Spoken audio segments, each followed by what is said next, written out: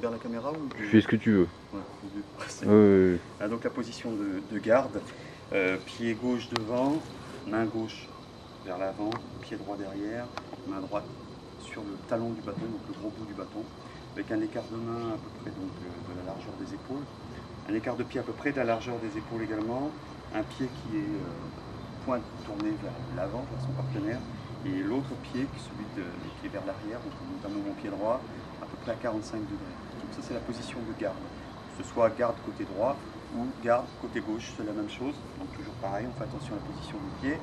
Un bâton, donc pas trop élevé, pas trop bas, avec une pointe qui est menaçante, pas trop non plus. Hein, donc position souple, il faut essayer à bien d'avoir les épaules relâchées, essayer de regarder droit devant soi. Et donc ça c'est la position de garde. Position de garde à droite et position à droite et à gauche précédemment. Pour les coups. Donc les coups, on va commencer par les coulissés. Donc les coulissés, 2 temps pour le coulissé. Je ne bouge pas mon corps, je tire vers l'arrière le bâton. Donc là le bâton reste si possible parallèle au sol. On évite ça, ou trop tordu au niveau de la colonne. Donc je tire simplement vers l'arrière. J'ai un bras qui est tendu au niveau de l'arrière, ici là, il est tendu. Et donc la main gauche est plutôt proche du corps, mais pas trop près non plus. Voilà, relativement proche. Donc là, le coup est armé, et ensuite je vais donner le coup, je vais lancer le coup. Tac. Ça peut être donc, sur une touche au niveau de l'oreille de mon partenaire, ou le même, je vais viser ailleurs, je vise ici en flanc, donc sur la zone, on va dire les 10 cm au-dessus des hanches, ici. Donc ça c'est le flanc. Je coulisse une fois, et je coulisse une deuxième fois. Quand je coulisse la deuxième fois, je fais un mouvement de pied. Donc là, par exemple, mon pied gauche qui va tourner en même temps que l'arrivée du bâton. Donc bien, le pied droit qui va tourner pour avancer éventuellement. Donc là, c'est une histoire de distance. Tout dépend où est mon partenaire. S'il est très loin, j'aurai tendance, en position de garde, j'arme et je touche. J'ai avancé mon pied droit, et j'ai avancé. Et s'il est vraiment déjà à distance ou un peu plus près, je recule avec le mouvement du pied gauche qui accompagne l'arrivée du bâton. Donc ça, c'est un coulissé horizontal. Coulissé vertical, donc perpendiculaire au sol. Donc je glisse de la même façon la première fois, coulisser une première fois vers l'arrière, et tac, je vais toucher au-dessus de la tête, ici, pile ici. Donc je tire, j'arme, et ensuite toujours un mouvement de pied, par exemple mon pied gauche ici, qui est en train d'accompagner l'arrivée du bâton. Et ça peut être également le pied droit qui avance. Donc ça, c'est le coulissé vertical. Le bâton glisse pour l'horizontal, pour le vertical aussi, il glisse. On peut enchaîner les coups, là je touche avec un horizontal, encore un horizontal, et à chaque fois je bouge un pied, quelle que soit la limite, un pied, ça dépend de la distance que j'ai avec mon partenaire. Donc ça, ce sont les coulissés. Un autre type de coulissé qui est particulier, donc c'est le troisième type de coulissé, c'est le piqué. Donc, on arme le cou à l'arrière, et au lieu de faire ce mouvement donc, circulaire, je vais repousser le bâton vers l'avant. Donc ça s'appelle piqué. Donc c'est un piqué très dangereux, surtout si on associe ce piqué à une volte, c'est-à-dire un tour sur soi-même. Donc j'arme, je tourne, et je pique en sortant. Ça c'est très dangereux, donc ce coup est interdit. Voilà. Ça, ce sont donc les coulissés. Ensuite, les coups traditionnels du bâton, le latéral extérieur. Je suis toujours dans une position de garde, mon bâton relativement souple. J'arme et je donne. Alors, au niveau de l'armée, quand j'arme le coup, je monte le bâton toujours parallèle au sol. Donc là, il est parallèle au sol. Et j'ai fait avec mon corps un mouvement de pivot. Donc, tac, je pivote ici. Mais mes pieds n'ont pas changé de position. Mon pied est toujours dans sa marque, et le pied gauche toujours. Et ensuite, je fais tourner le bâton au-dessus de la tête. Là, pareil, sur l'entraînement, il faut faire attention aux trajectoires, éviter des trajectoires comme ça. Il faut avoir une trajectoire qui reste parallèle au sol. Je touche en tête, en flanc, en jambe avec ce coup-là également. Donc les coulissés, tout à l'heure j'ai dit tête-flanc, mais il y a les jambes aussi possibles. Donc latéral extérieur, armé, donné. Le pendant de ce coup est le latéral croisé. Donc, je suis en position de garde, j'arme le coup.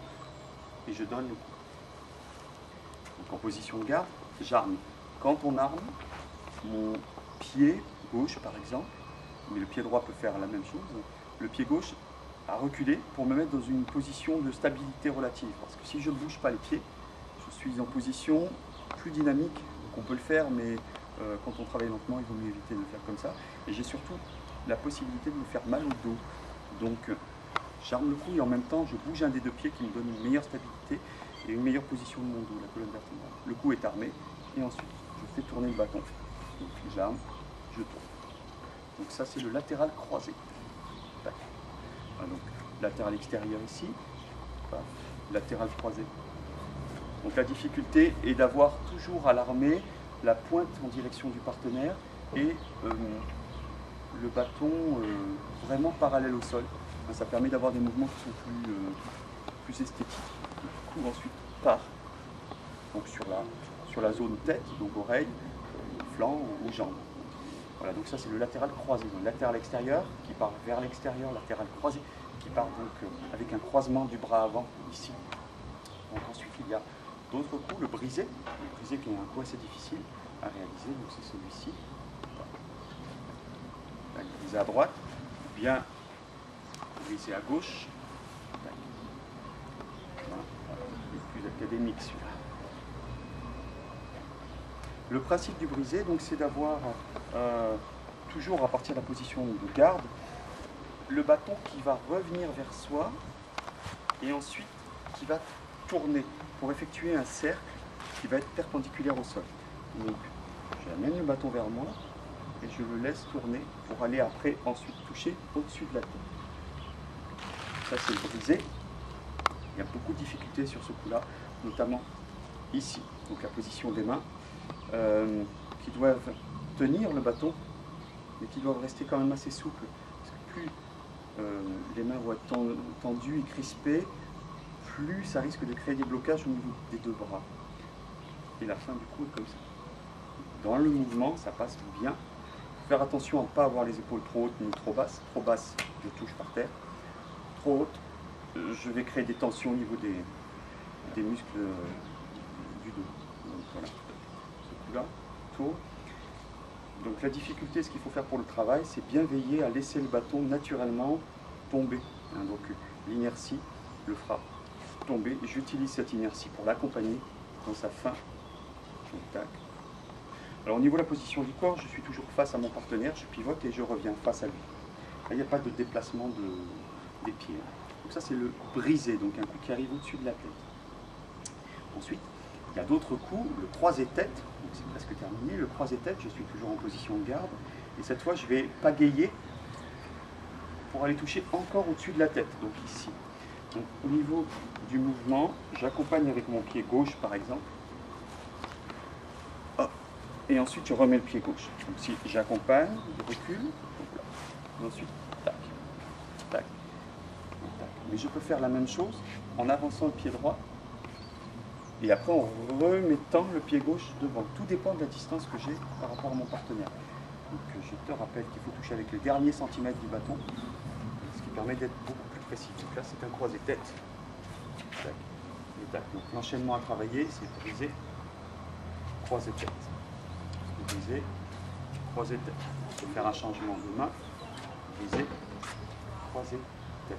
Donc là, la position du bras sur l'arrivée est assez importante, le bras est tendu. Donc c'est vraiment lui qui guide le bâton sur l'arrivée. Quand je suis en croisé, que ce soit ici, mon bras, là, ce bras va guider l'arrivée. Si c'est la même chose, mais côté opposé, là, le bras est tendu et je guide ici. Donc il va vraiment faire ça. Et on touche toujours au-dessus de la tête. Il y a encore d'autres coups. Le croisé jambe, le croisé bas ou enlevé. Après c'est fini. Donc le croisé tête était un coup qui allait au-dessus de la tête et le croisé jambe c'est un coup qui va dans l'autre sens. Je suis aussi avec mon corps. Et après je fais soit une fente avant, soit une flexion, soit une fente arrière. Donc je vais faire une flexion parce que je ne suis pas très échauffé. Donc, bon. Là encore le bras est tendu, donc une partie tendue. Et après je vais toucher en jambe. Les touches en jambe c'est en fait au-dessus de la cheville et sous l'articulation, donc sous la rotule. Donc vraiment toute cette partie-là, ça c'est la jambe. Voilà, donc on peut toucher derrière, ce qui n'est pas le cas en bâton ou en canne d'ailleurs. On n'a pas le droit de toucher partout à l'arrière, exception faite de cette partie-là. Donc toutes les zones de touche sont de face, que ce soit ici le flanc ou la tête. Là, là. Mais dans le dos, le seul endroit où je peux toucher, c'est uniquement au niveau des jambes. Voilà. Donc ça c'était le... Donc il y avait croisé haut et croisé bas. Tac. Ensuite on a un autre coup, le dernier. Tout à l'heure j'ai monté le brisé, qui était ce coup-là, appliquant un peu plus. Et bien là on va avoir le pendant du brisé qui est l'enlever. Le bâton passe et tac. Donc alors là la trajectoire est assez bizarre, hein, puisque tu vois on monte le bâton et ensuite j'écrase le cercle pour aller toucher en bas. Alors autant le brisé effectivement doit toucher en tête et ne nécessite pas forcément un travail de fente, autant là bien sûr puisque je vais en bas, je fais soit une fente, moi je fais une flexion exactement là, soit une fente avant, soit une fente arrière. Je ramène le bâton vers moi au niveau de la pointe monte. Donc là l'inertie elle n'est pas au démarrage, elle est à la fin, alors qu'au brisé, je vais laisser tomber le bâton au niveau de la gravité, il tombe naturellement. Donc là le travail est un peu différent. Je dois ramener le bâton vers l'arrière comme ça. Donc la façon de bien le faire, c'est de pousser un peu ici, comme ça. C'est un coup qui est vraiment intéressant, qui a tendance à disparaître. Voilà, donc l'enchaînement des 6 coups, je vais le faire dans l'ordre, par exemple, lisser. C'est vertical, on va faire un brisé, un croisé de tête, un latéral extérieur, je laisse la piste passer, hop, latéral croisé. Ensuite, il me manque le croisé jambe, que je finis par un enlever ici, en jambe. Allez, on va finir par une botte ici. Je reviens en position de garde. Voilà. Dernière chose que je vais te montrer, le changement de main. Changement de main pour passer d'une garde droite à une garde de gauche. Donc ça, c'en est un changement de main. Soit, on va faire quelque chose de plus compliqué. Celui-ci, je récupère là. En même temps, j'ai changé ma position de pied. Ça, c'est un changement de garde. Je refais. Je mets ma main gauche sous ma main droite. Donc là, j'ai fait un mouvement du corps. Et je me positionne comme ça. Je remets ma main droite en bas. Donc, et le dernier changement de main, un peu plus compliqué, au lieu de récupérer le bâton ici, je vais le récupérer un peu plus tard, ici. Donc là, je le récupère avec ma main droite. Je ferme. Et je passe du côté gauche. Donc, au lieu de récupérer en bas comme tout à l'heure, je vais attendre que le bâton continue de tourner. Et je récupère ici. Donc là, j'essaie effectivement d'avoir une position de main en forme de papillon. Et après, je récupère. Donc, vitesse normale, ça fait ça. Donc là, il faut à chaque fois changer. J'ai mon pied qui bouge à chaque fois. Parce que je change de position au niveau de la garde. Donc là, si je récupère, tac. Voilà. Bon, je crois que c'est déjà pas mal. Ah si, une petite chose. Les parades. Donc quand en face, on a quelqu'un qui donne un coup, un brisé par exemple, je vais me protéger en faisant une protection avec mon bâton.